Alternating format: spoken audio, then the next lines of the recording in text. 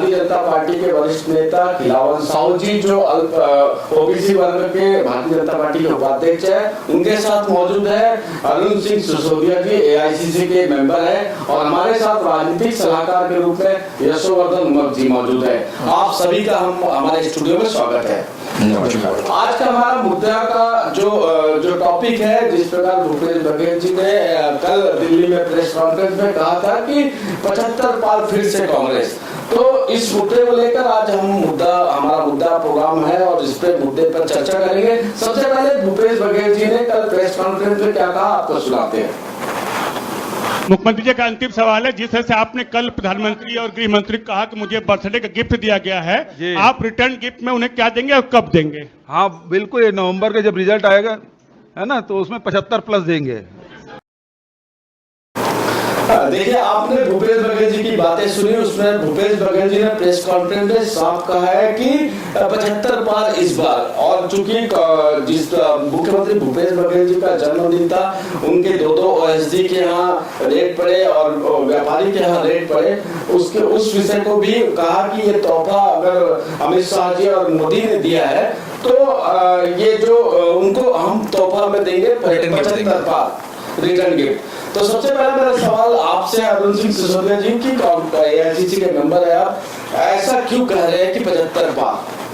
देखिए, किसी भी रिश्ते में भरोसा और अटूट विश्वास होना जरूरी है, और ये जो कांग्रेस की सरकार है भरोसे की सरकार है, और जो कांग्रेस पार्टी की सरकार ने आम जन से जो रिश्ता बनाया है, चाहे वो पारिवारिक रिश्ता हो, चाहे राजनीतिक रिश्ता हो, चाहे किसी भी तरह की मित्रता का रिश्ता हो, उसमें भरोसे का बहुत बड़ा अहम रोल रहता है। और वर्तमान में जिस तरह से कांग्रेस सरकार ने छत्तीसगढ़ में हर व्यक्ति के लिए काम करके उसको एक मजबूती प्रदान करने का जो काम किया है, उससे एक भरोसा जो वोटर का, आम जन का सरकार के प्रति हो और सरकार का जनता के प्रति है, इसलिए हम पूरी विश्वास के साथ, भरोसे के साथ हम जनता पे भरोसा करते हैं, और भरोसा हम पे पूरा भरोसा करती है कि हम इस बार 75 पार की सरकार बनाएंगे। यही सवाल खिलावन साहू जी आपसे है कि भारतीय जनता पार्टी के सामने मुख्यमंत्री ने चैलेंज कर दिया कि 75 पार, भारतीय जनता पार्टी का क्या, चूंकि आप उपाध्यक्ष है प्रदेश के, क्या कहना है? निश्चित तौर से मैं सर्वप्रथम आपकी डिबेट के पहले ऐसे महापुरुषों को प्रणाम करना चाहूंगा, भारत माता को, छत्तीसगढ़ माताजी को, और छत्तीसगढ़ राज्य बनाने वाले महापुरुष श्रद्धेय अटल बिहारी वाजपेयी जी को। शायद मुझे लगता है कि सोच कांग्रेस के साथियों को नहीं है, चाहता तो छत्तीसगढ़ बहुत पहले बन जाता। केंद्र में सरकार उसकी थी, मध्य प्रदेश में सरकार उसकी थी, लेकिन उनकी सोच शायद दूरगामी नहीं रहा। ये सोच निश्चित तौर से अटल बिहारी वाजपेयी जी का रहा, और छत्तीसगढ़ राज्य बनाया। छत्तीसगढ़ राज्य बनाने के बाद निश्चित तौर से 15 साल तक के डॉक्टर रमन सिंह की सरकार गरीब की मसीहा का सरकार रहा। वर्तमान परिस्थिति में सामान्य मुख्यमंत्री जी ने ये कहे कि 75 पार, मुझे ऐसा लगता है कि अपनी पीठ थपथपाना स्वयं, तो इसमें कुछ कहा नहीं जा सकता, लेकिन तयशुदा बात है कि सरकार बनने के पहले 36 घोषणाएं किए थे, जिस पर महिलाओं को ठगने का काम, युवाओं को ठगने का काम और किसानों को ठगने का काम जो किया है, वो आज जन चौपाल और जनता के सामने चर्चा का विषय है। और इस बात को भारतीय जनता पार्टी कार्यकर्ता होने के नाते छत्तीसगढ़ के मुख्यमंत्री जी ने कहा है, उन बात को निश्चित तौर से हम चुनौती के स्वरूप में स्वीकार करते हैं। मेरा सवाल फिर से आप ही से है कि 15 साल भारतीय जनता पार्टी ने छत्तीसगढ़ में राज किया, उसके बाद अचानक कितने कम सीटों में सिमट कर रह गई, क्या कारण मानते हैं? बहुत अच्छा प्रश्न है माननीय मोदी जी।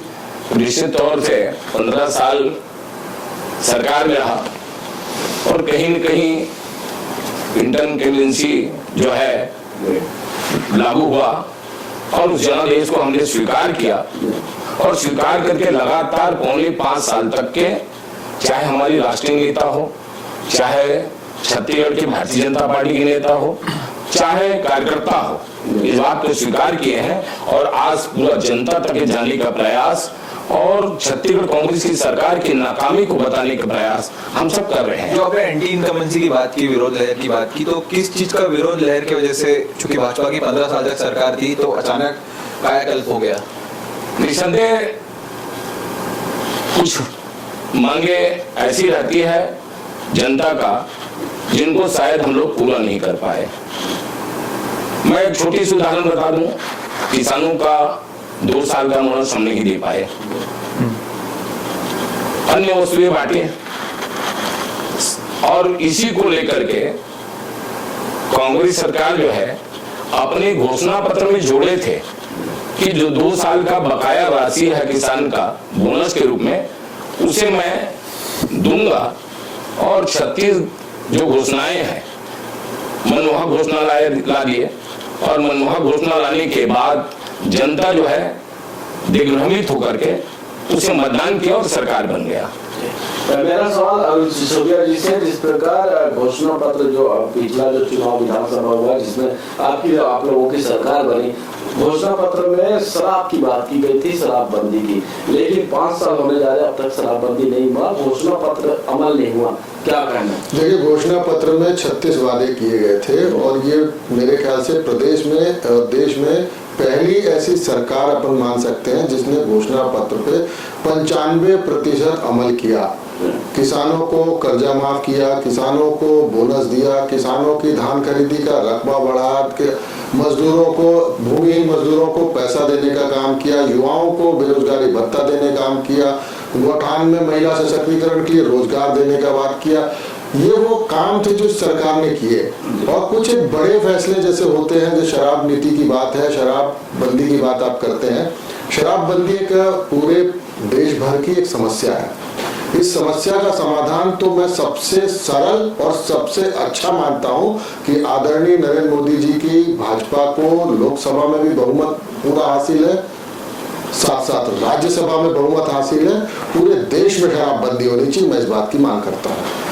अमित शाह जी लगातार दौरा कर रहे छत्तीसगढ़। अरुण सिंह सिसोदिया जी से सवाल है, लगातार दौरा कर रहे हैं, कितना फर्क पड़ेगा इस चुनाव में? देखिए, भारतीय जनता पार्टी अपने समय समय पे अपनी प्लानिंग बदलती रहती है। एक समय था ये गाय के ऊपर राजनीति किए, उसके बाद एक समय आया हिंदू मुस्लिम के ऊपर राजनीति किए, फिर एक समय आया हिंदुस्तान पाकिस्तान के ऊपर राजनीति किए, और वर्तमान परिवेश में जब ये सारे हथकंडे इनके फेल हो गए हैं तो अब इनके पास 2 राजनीति का मुद्दा बचा हुआ है।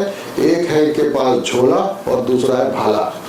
झोला से मेरा तात्पर्य है कि विधायक खरीदो, सांसद खरीदो, सरकार बनाओ, और भाला इनके पास है 3, ईडी, आईटी, डीआरआई, सीबीआई। ये वो भाला है जिसको लेके पीछे घूमते हैं। अगर आप झोला में समझ गए तो ठीक है, नहीं तो आपको भाले से तो जैसा आपने झोले की बात की, तो क्या यहाँ पे ऐसा होगा कि आपके विधायक झोले में जाएंगे?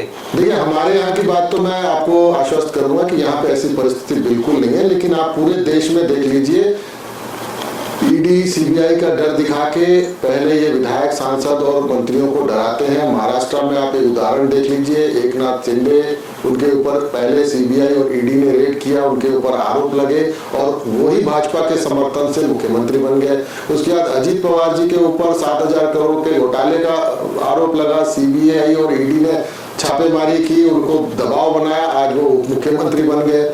आसाम में यही हाल है, वहां पे हेमंत बिश्व शर्मा जी का, वो कांग्रेस में थे तो बहुत ही भ्रष्ट थे, उनके ऊपर घोटालों के ऊपर बहुत सारे पीएचई घोटाले और इतने आरोप लगे, आज वो उनके मुख्यमंत्री हैं, उनकी पार्टी में शामिल होके शारदा चिटफंड घोटाला जो बंगाल में हुआ, पूरा आप देख लीजिए, इनका किसी न किसी तरीके से सत्ता हासिल करना ही लक्ष्य रहता है, और बाकी फिर लोगों को भय, भ्रम और ये इसके मायाजाल में फंसा के लोगों से वोट लेते हैं, और उसके बाद सरकार बना के फिर वो मुद्दे 4.5 साल शून्य में चले जाते हैं। अभी इनकी यहाँ पे छत्तीसगढ़ की बात मैं बताऊं कि छत्तीसगढ़ में पिछले 4.5 साल एक भी ऐसा बड़ा आंदोलन या ऐसा कोई प्रदर्शन बता दे जिससे कि वो कांग्रेस को प्रश्न पूछने की स्थिति में रहे हो। चुनाव आगे है तो स्थितियां आप देख रहे हो कि सक्रिय दिख रहे हैं, वहाँ दिल्ली वाले भी आ रहे हैं क्योंकि यहाँ वाले तो संभाल नहीं पा रहे, तो बाहर से इनको आयातित लोगों की जरूरत है। हमारे पास तो कांग्रेस सरकार की नीति है, भूपेश बघेल और कांग्रेस सरकार का भरोसा है,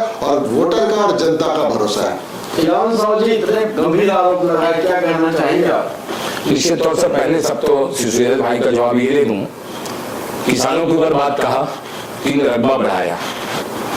माननीय सिसोदिया जी, आप ये बताइए कि किसान का खेती का मेड़ होता है और मेड़ में आप उनकी गिरदावली में के भावना से आप मेड़ को काट दिए। यदि मेड़ नहीं होगा तो खेत में पानी कैसे रुकेंगे और किसानी कैसे करेंगे? तो आपने रकबा कहाँ बढ़ाया, बल्कि रकबा आप काट दिए, पहला। दूसरा, 95% मांग कहते हैं। मुझे तो ऐसा लगता है कि आपने 10% भी घोषणा पत्र अगर अमल कर दिए होते तो शायद ये जनता में संदेश नहीं जाता, एक अच्छा संदेश जाता। दूसरी बात, आपने खरीद फरोख्त की बात कहा। मुझे लगता है आपको पिछले इतिहास याद करना चाहिए। आपके सरकार में माननीय जोगी जी मुख्यमंत्री हुआ करते थे, उस समय आपने कितने झोले बांटे और कितने विधायक अपने पक्ष में किए, इनको अभी आपको याद होना चाहिए, ऐसा मेरा मान्यता है। तब कहीं आप दूसरे ऊपर अगर ब्लेम लगाए तो शायद ज्यादा अच्छा होगा। दूसरी बात, आपने नरेंद्र मोदी जी की बात कहा। मुझे लगता है सबसे पहली बात, नरेंद्र मोदी जी ऐसे यशस्वी प्रधानमंत्री है जिनको विरासत में कोई राजनीति नहीं मिला है। उनके स्वयं की मेहनत से और लगातार जनता से सतत संपर्क, जनता की विकास की काम को आगे बढ़ाने का काम किया है। इसलिए आज नरेंद्र मोदी जी केवल भारत में नहीं बल्कि विश्व में डंका बजा रहा है। जिस प्रकार मुख्यमंत्री भूपेश बघेल ने कहा है 75 पार, तो कितनी सीट का आकलन आप कर रहे हैं? मुझे लगता है इस समय भारतीय जनता पार्टी की सरकार बनेगी और सरकार इसलिए बनेगी, मैंने पहले कहा कि जितनी 36 वादाएं आपने किए थे, एक भी वादा संपूर्ण रूप से नहीं किया। कर्जा माफ की बात कर रहे थे भाई साहब, तो कर्जा माफ ने आपने समूचे सभी बैंक का आप कर्जा माफ नहीं किए। आज किसान जो है 3-3.5 साल में 500 किसान आत्महत्या हत्या ये किए हैं। इसलिए किया है कि सबको ये बात की आशा हो गया था कि माननीय प्रदेश के मुख्यमंत्री जी ने अपने घोषणा पत्र में सभी किसानों का, सभी बैंकों का कर्जा माफ करेंगे, इस बात को लेकर के आपके प्रति विश्वास किया और मतदान कर दिए। आप सरकार में आ गए, लेकिन सरकार में जैसी आए तो आपने तुरंत 1-2 बैंक के छोड़ करके, वो भी समूचे नहीं। कोई यदि ट्रैक्टर लिया है, ट्रैक्टर का पैसा माफ नहीं किए, कोई बड़ा लोन लिया है, बड़ा लोन का माफ नहीं किए। एक मापदंड बना दिया आपने। आप चुनाव में घोषणा पत्र में मापदंड तो नहीं लिखे थे, और मापदंड जब नहीं लिखे थे तो आप समूचे किसान की कर्जा को माफ करना था। तो आपका कहना है कि जो किसान है नाराज है मुख्यमंत्री भूपेश बघेल या कांग्रेस से? हाँ जी, हाँ, नाराज है। सिसोदिया जी, सेम सवाल आपसे भी है कि अगर किसानों का कर्जा माफ नहीं हुआ है तो किस दावे से मुख्यमंत्री जी कह रहे हैं कि 75 पार? देखिए, जहाँ तक 36 वादों की बात है, मैं एक हमारी सरकार के द्वारा जारी किया गया एक बुकलेट है, इसमें 51 घोषणाएं और वादे और काम किए गए हैं। ये आपको मैं दिखा दूं। एक तरफ से अगर आप पढ़ेंगे ना तो ये पूरे पढ़ते चले जाएंगे, आपको समझ में आ जाएगा कि कहानी कहाँ से शुरू हुई और कहाँ तक पहुंची है। रही बात इनके कहने की कि आप 36, मैं सप्रेम भेंट करना चाहूंगा पूरे मीडिया के सामने, ताकि आपको पता लगना चाहिए, क्योंकि सरकार ने जो वादे किए वो काम किया है और बहुत मजबूती के साथ किया है। और ये सरकार न्याय, विकास और पूरे भरोसे की सरकार है और जनता भरोसा पूरी तरीके से कर रही है और हम जनता पे पूरी तरीके से भरोसा कर रहे हैं कि सरकार हमारी बनेगी। कर्जा माफी की जहां तक बात थी, चाहे किसानों को मूल्य की बात थी, इनकी सरकार ने कहा था कि 2100 रुपया हम प्रति क्विंटल देंगे, लेकिन 15 साल पार हो गए, 21 रुपया इनको देने के लिए फुर्सत नहीं मिला।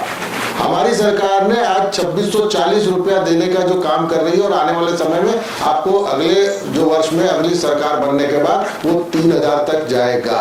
तो ये कहने और करने, कथनी और करनी में हमारी सरकार में कोई अंतर नहीं है। इनकी सरकार में वो चप्पल बांटे, गाय बांटे, वो ऐसी गाय बांटी जिसने कभी दूध नहीं दिया होगा ना दे रही होगी। जूते चप्पल की बात की, वो भी नहीं हुआ। हमारी सरकार ने जो कहा वो किया, और आगे भी आप इस बात को आश्वस्त रहिए कि छत्तीसगढ़ में कांग्रेस पार्टी की सरकार बनते ही आगे भी काम करेंगे। और पूरे देश भर में उदाहरण है, 5 गारंटी हमने हिमाचल में दिया, उसको तुरंत पूरा किया, कर्नाटक में किया, उधर पूरा किया, और यहाँ भी फिर से हम जो काम करने जा रहे हैं उसकी नई योजना हमारे मुख्यमंत्री जी, हमारे मंत्रिमंडल, हमारे राष्ट्रीय नेतृत्व राहुल गांधी जी, खड़गे जी मिलकर नई चीजों को ला रहे हैं। और आने वाले समय आप देखिए कि ये सरकार किस तरीके से लोकप्रिय सरकार के रूप में पुनः स्थापित होगी। चलिए अब वक्त तो चला एक ब्रेक का, चर्चा जारी रहेगी, मुद्दा तो है में ब्रेक के बाद आप सभी से मिलते हैं। Big breaking for parents. CBSE के महत्वाकांक्षी project hybrid learning, digital literacy programme and skill up initiative के तहत दुर्ग जिले के एकमात्र स्कूल इंडो आईटी स्कूल को सीबीएसई ने जिम्मेदारी दी है। शुरुआत में 8 to 12 के स्टूडेंट्स को इस योजना में शामिल किया जाएगा। इसके तहत देश की नामी कंपनियां माइक्रोसॉफ्ट, यूनिसेफ, यूनेस्को स्टूडेंट्स को वर्चुअल मोड में गाइड करेंगी। स्टूडेंट्स को प्राइवेट, गवर्नमेंट व अन्य रोजगार के बारे में जानकारी दी जाएगी। हाय स्नेहा, क्या बात है, आजकल नजर ही नहीं आती। क्या बताऊं, मेरा तो पूरा समय बच्चे के पीछे ही निकल जाता है, पर तू बड़ी रिलैक्स दिखती रहती है, बात क्या है? वो तो रहूंगी ही ना। मैंने एक स्मार्ट डिसीजन जो ले लिया है, अपने बच्चे को इंडो आईटी स्कूल के बोर्डिंग में एडमिशन दिलाकर। ऐसा क्या है वहाँ जो तू इतनी रिलैक्स रहती है? अरे मेरा बेटा मॉर्निंग 7 to 5 तो वहीं बिजी रहता है। सबसे अच्छी बात वहाँ का एजुकेशन और रिजल्ट दोनों ही शानदार है। हाइजीनिक ब्रेकफास्ट, लंच, ये सब डाइटिशियन की देखरेख में करता है। तुझे पता है वो बच्चों का ध्यान बिल्कुल स्मार्ट पेरेंटिंग की तरह ही रखती है। और तो और शाम को ऑफिस से आने के बाद भी कोई टेंशन नहीं, शाम को नाश्ता वहीं से करके आता है। दूसरी बात, वहाँ खेलकूद, पर्सनालिटी डेवलपमेंट के क्लासेस एंड अदर एक्टिविटीज का भी बहुत इम्पोर्टेंस है, जिससे बच्चे फिजिकली और मेंटली बिल्कुल फिट रहते हैं। Last but not the least, बच्चों के अच्छे रिजल्ट्स के लिए कैंपस में ही ट्यूशन क्लासेस अरेंज की गई हैं, इसलिए तो मैं बिल्कुल रिलैक्स रहती हूँ। Means home away from home. हाँ, इसलिए तो मैं भी तुझे कहती हूँ, be smart and take the right decision for your kid. आखिर ये इंडो आईटी स्कूल है कहाँ? Indo IT school, Kurud road, Koka Bhilai. Phone 9303561235। पूरे भारत में कहीं भी कभी भी सबसे कम किराए पर बुक करें वन वे टैक्सी rahultravels.com पर। Looking for a reliable online shopping site? Welcome to walkheart.com. We offer the best quality products at the lowest price with easy and fast delivery options. Search, discover, and choose from a wide selection of lifestyle essentials such as home decoration, garden decoration, hotel decoration, fountains, donation boxes, school products, kids corner, sports, tent decoration, wide range of cricket bowling machines, and many more. We combine innovation and tradition to give you the best in the market. Interior designers may contact to be our privileged customer on 74005. 74005.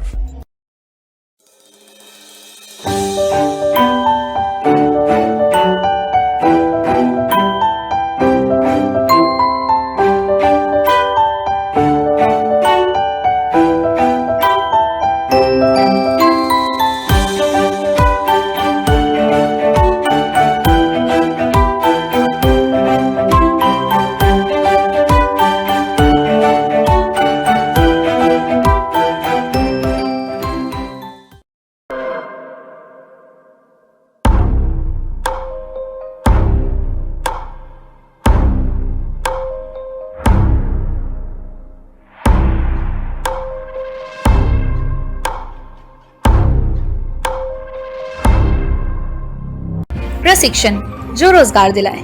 Computer hardware, mobile servicing course, electrical course, electronics course, refrigeration, air conditioning course, छात्रावास की सुविधा। Indu technical institute, T market power house, जिला Durg, Chhattisgarh. Mobile number 9827194279, 7415674115। Indian news, हर पल, हर क्षण, हर सच।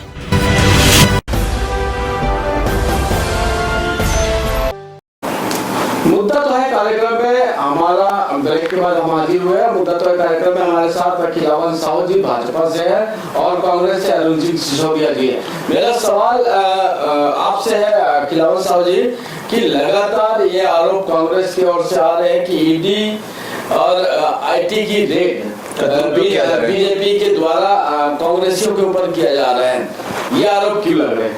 सबसे पहली बात तो मैं ये कहना चाहूंगा कि कांग्रेसियों को झूठ बोलने की महारत हासिल है।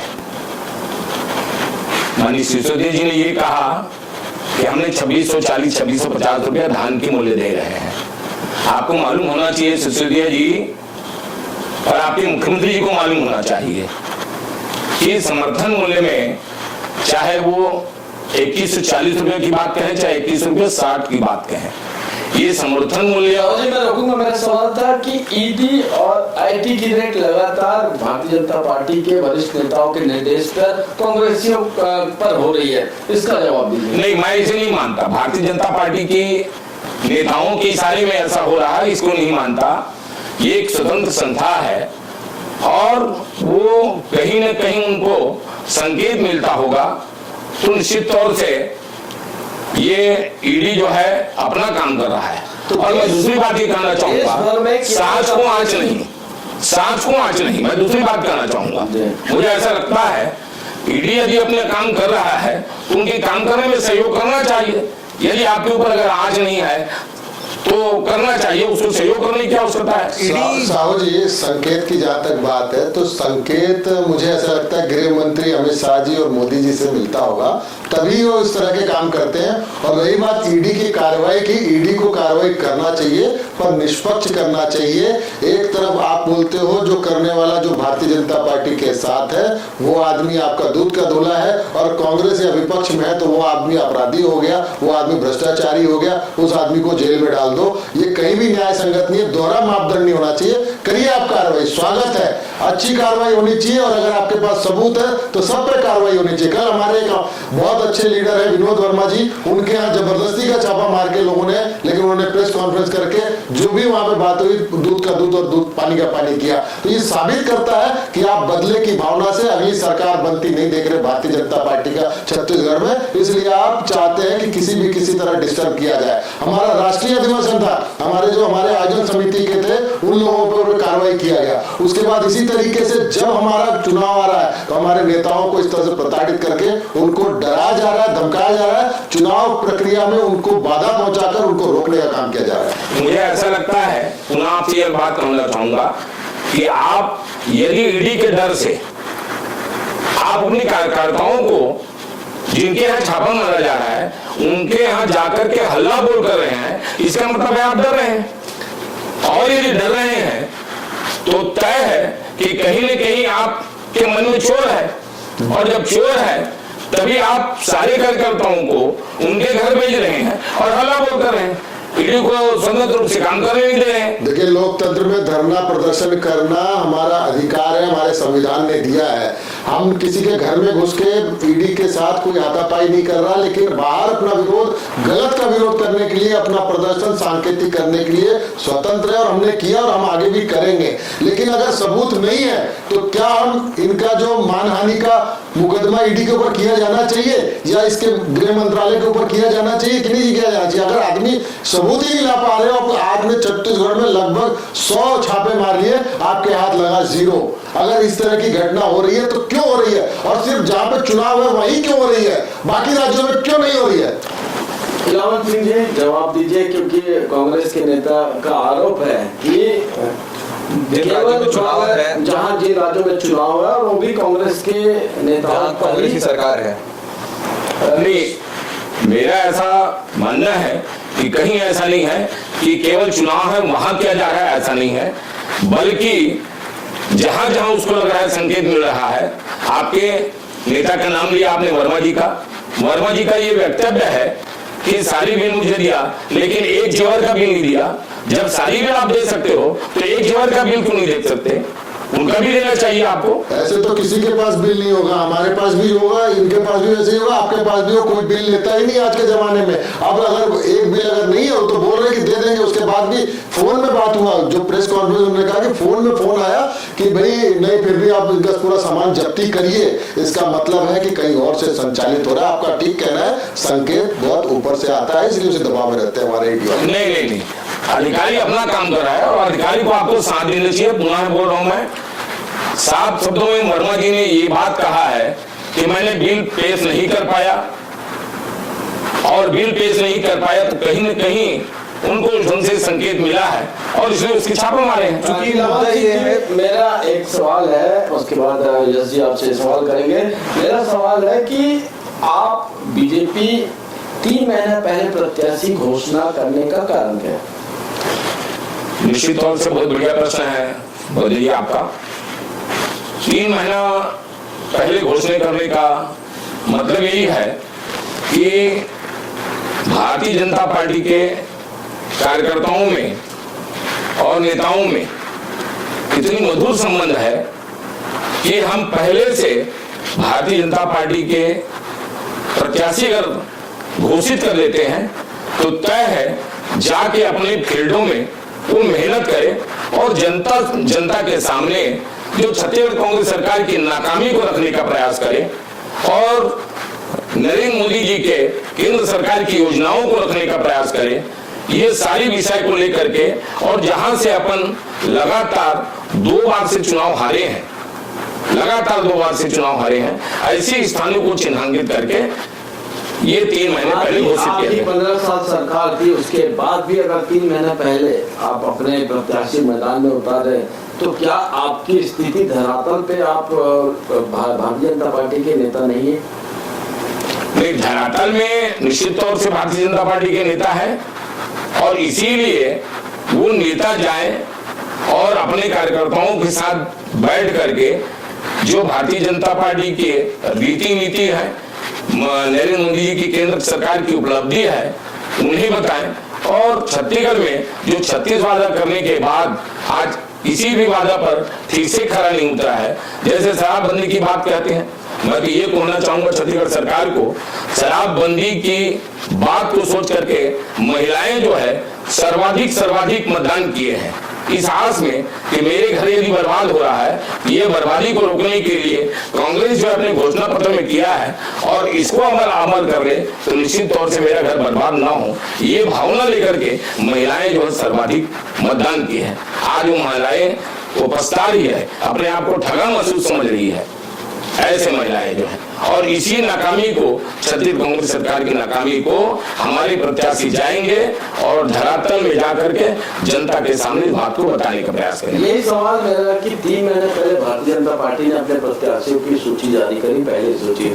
सिसोदिया जी क्या मानते हैं आप इसे? देखिए, ये इनके अंदर डर है और उस डर को ये किसी न किसी रूप में अपने ढकने का प्रयास है कि हम जीतेंगे कि नहीं जीतेंगे, इनको समय थोड़ा मिल जाए ताकि हम जीत जाएं, लेकिन ऐसी परिस्थिति नहीं है। इस बार हम 75 पार फिर बनेगी कांग्रेस की सरकार, इस बात को लेकर पूरी तरह आश्वस्त है और पार्टी हमारी योग्य कैंडिडेट्स को जितने भी प्रत्याशी चुनेगी, पूरा कार्यकर्ता एक कार्यकर्ता उनको जिताने के लिए तन मन और धन से लगेगा। लगातार कांग्रेस के ऊपर आरोप लग रहा है कि अपने जो नेता है या मुख्यमंत्री के खास या विधायक के खास और जो मंत्रियों के खास, उन्हीं का काम हो रहा है, बाकी का काम नहीं हो रहा है, ये आरोप लग रहा है। देखिए, राजनीति में 2 तरह की चीजें होती हैं। एक होती है नीतिगत फैसले होते हैं। नीतिगत फैसले होते हैं हर व्यक्ति के लिए बनता है और उसमें लगभग 90-95% लोग शामिल हो जाते हैं जिसका सीधे लाभ मिलता है। 5 से 10% लोग होते हैं जो व्यक्तिगत काम की बात करते हैं और जो अगर वैधानिक रूप से सिस्टम में काम नहीं हो सकता, इस सरकार ने बहुत पारदर्शिता से काम किया है कि जो आवेदन आए हैं उनके ऊपर स्क्रूटनी करके नियम के अनुसार, उन मापदंडों के अनुसार उस पर काम हो। किसी को सपोर्ट किया है, न किसी को विरोध किया है। जो जायज काम है इस सरकार में 100% हुए हैं। मेरा अंतिम सवाल खिलावन साहू जी से, आप मुख्यमंत्री का चेहरा कौन होगा इस आगामी विधानसभा चुनाव में? बीजेपी का, भारतीय जनता पार्टी का नरेंद्र मोदी जी होंगे। ये नियम रहा। सुन लो मेरी बात को भाई साहब, तब जवाब देना। भारतीय जनता पार्टी का ये रीति नहीं रहा। निश्चित तौर से हमारी सर्वोच्च नेता, प्रदेश के नेता और कोर कमेटी की जो बैठक होती है उनमें जो तय होता है वही अमल किया जाता है। और सवाल इस बात का है कि अभी आपने बोल रहे थे कि 3 महीने पहले घोषणा पत्र आपका प्रत्याशी चयन कर दिए। मुझे लगता है कि कांग्रेस में सबसे ज्यादा डर है। हमने तो 3 महीने कर दिए, आप दूसरे दिन तो कर लेते पहले 21 प्रत्याशी को। जैसा आपने कहा कि 3 महीने पहले प्रत्याशी कर दिए आपने जाहिर, और कोई विरोध की लहर भी नहीं। क्या कांग्रेस को इस चीज का डर है? यदि देखिए, सबसे बड़ी बात है ये कहते कुछ है करते कुछ है।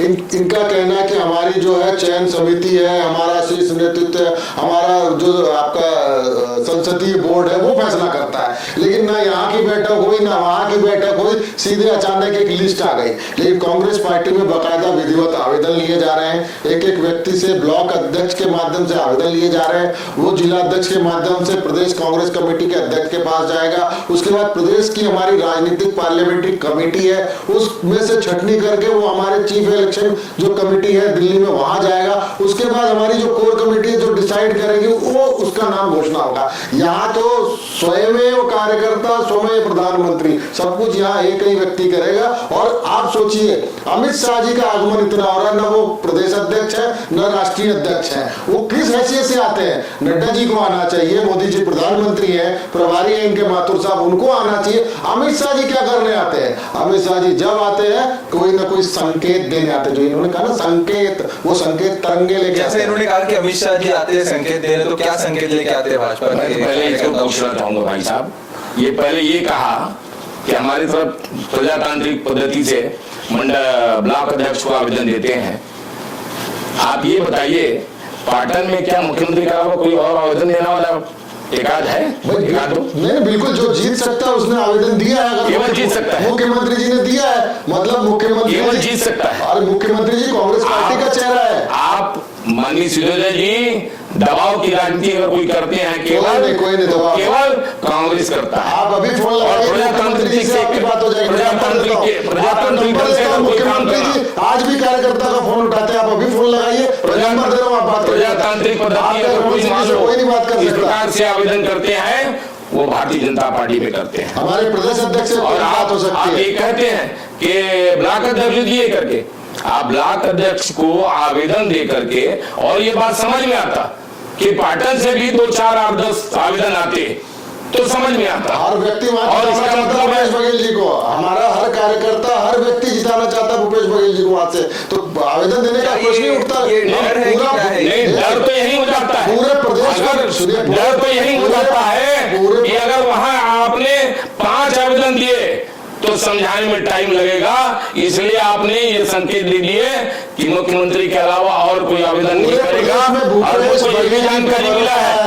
मुझे ये भी जानकारी मिला है कि एक व्यक्ति ने, किसी ने जाके आवेदन किया है पाटन में, उसने बाद में क्षमा मांगने भी गया है। चलिए, इनके तो कांग्रेस से तो सीएम भूपेश बघेल उम्मीदवार है, और भाजपा से कौन रहेगा आपके हिसाब से? 15 साल रमन सिंह जी रहे। मैंने पहले कहा कि अपने भारतीय जनता पार्टी में इनके पास अभी नीति बची है, नीयत बची है, ना नेता बचा है। इस पार्टी का दिवालिया हो चुका है। पार्टी पूरी तरीके से छत्तीसगढ़ में समतल हो चुकी है, पूरी बराबर हो चुकी है। साहब जी, मेरा आपसे सवाल है और अंतिम सवाल है, क्योंकि हमारे पास समय कम है।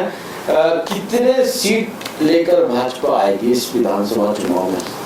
निश्चित तौर से भारतीय जनता पार्टी की सरकार बनेगी, ये तयशुदा बात है। जनता उब चुका है कांग्रेस सरकार से, और करीब करीब मुझे लगता है कि हम लोग जो आंदोलन किए हैं वो 48 से 51 सीट हमको प्राप्त होगा, और इसी बीच में अपन सरकार बनाएंगे भारतीय जनता पार्टी का। देखिए, इनका जो भी कहना है मैं उससे बिल्कुल सहमत नहीं हूँ। इनको मालूम है इनकी 10 का आंकड़ा पार नहीं होगा, इसलिए 10 लाएंगे। बाकी जो सीटें हैं वो इनकी ईडी लेके आएगी, 35 सीटें तब इनकी सरकार बनेगी, ऐसा इनका मानना है। 10 इनके कार्यकर्ता लाएंगे, बाकी 35-36 सीटें ईडी लेके आ जाएगी, इनका पूरा भरोसा, इसलिए इस तरह की बात कर रहे हैं। हम लोग तो मेहनत और भरोसे काम के बल पर मांग रहे हैं।